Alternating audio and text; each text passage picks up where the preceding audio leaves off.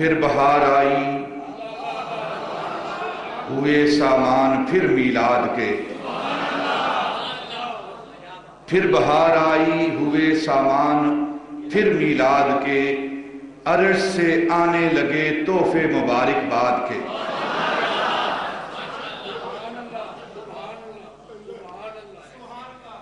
ماہ نور، ماہ سرور، ماہ وفور، ماہ ظہور اور ماہ حضور، ماہ ربیع الاول اپنی پوری برکتوں، عزتوں، نجابتوں، رفعتوں، بلندیوں کو لے کر جلوہ فکن ہے۔ یہ ماہ ربیع الاول جو میرے آقا تاجدار مدینہ صلی اللہ علیہ وسلم کے میلاد کا مہینہ ہے، آپ کے ورود مسعود، نزول اجلال، قدوم میمنت لزوم، آپ کے ظہور قدسی، عالم غیب سے عالم شہادت کی طرف منتقل، عالم نور سے عالم بشریت کی طرف منتقل ہونے کا یہ ماہ مبارک ہے۔ اس ماہ مبارک کے آتے ہی جس طرح موسم کے اندر بہار آتی ہے، اس طرح ایمان والوں کے ایمانوں کے اندر بہار آ جاتی ہے۔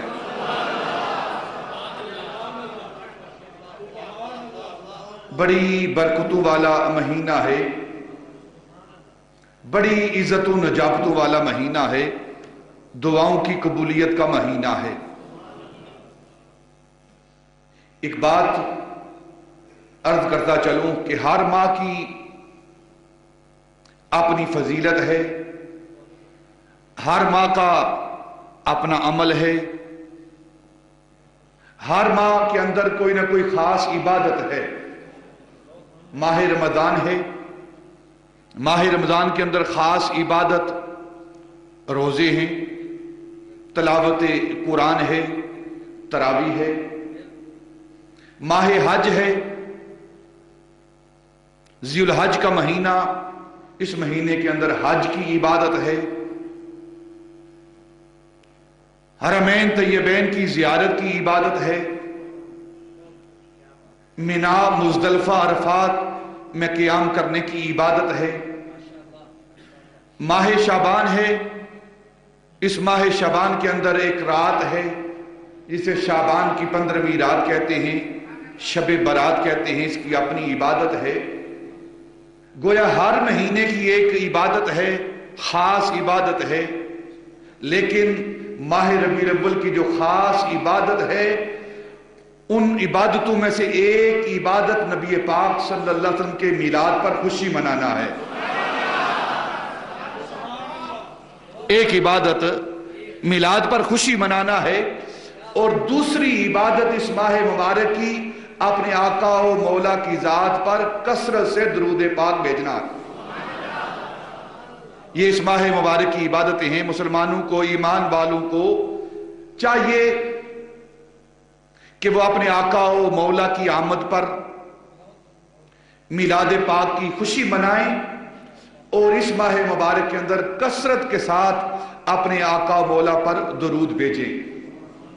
اور پھر ایک بات عرض کرتا چلوں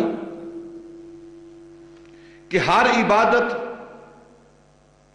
وہ رمضان کے روزے ہیں، تراویح ہے، تلاوت قرآن ہے، حج ہے، نماز ہے یا زکوٰۃ، جو بھی عبادت ہے، ہر عبادت ظنی القبول ہے۔ ہر عبادت ظنی القبول ہے۔ انسان عبادت کرتا ہے، حج کرتا ہے، روزے رکھتا ہے، زکوٰۃ دیتا ہے، نوافل پڑھتا ہے، تراویح و تسابیح ادا کرتا ہے، صدقہ و خیرات کرتا ہے، اس امید کے ساتھ کہ اللہ رب العزت اپنے خاص فضل کے ساتھ ہماری ان عبادتوں کو اپنی بارگاہ میں قبول فرمائیں گے۔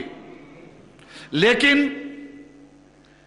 نبی پاک صلی اللہ علیہ وسلم کی ذات بابرکات پر، آپ کی ہستی پر جب انسان درود بھیجتا ہے تو درود پاک ایک ایسی عبادت ہے، ادھر انسان کے منہ سے درود پاک نکلا، ادھر اللہ رب العزت کی بارگاہ میں مقبول ہو گیا۔ یہ ایسی عبادت ہے، تو انسان کو چاہیے کہ کثرت کے ساتھ وہ نبی پاک صلی اللہ علیہ وسلم کی ذات پر درود پاک بھیجا کرے۔ اور درود پاک کا معنی کیا ہے؟ صلوات کا معنی کیا ہے؟ صلوات کا معنی ہے تعریف کرنا۔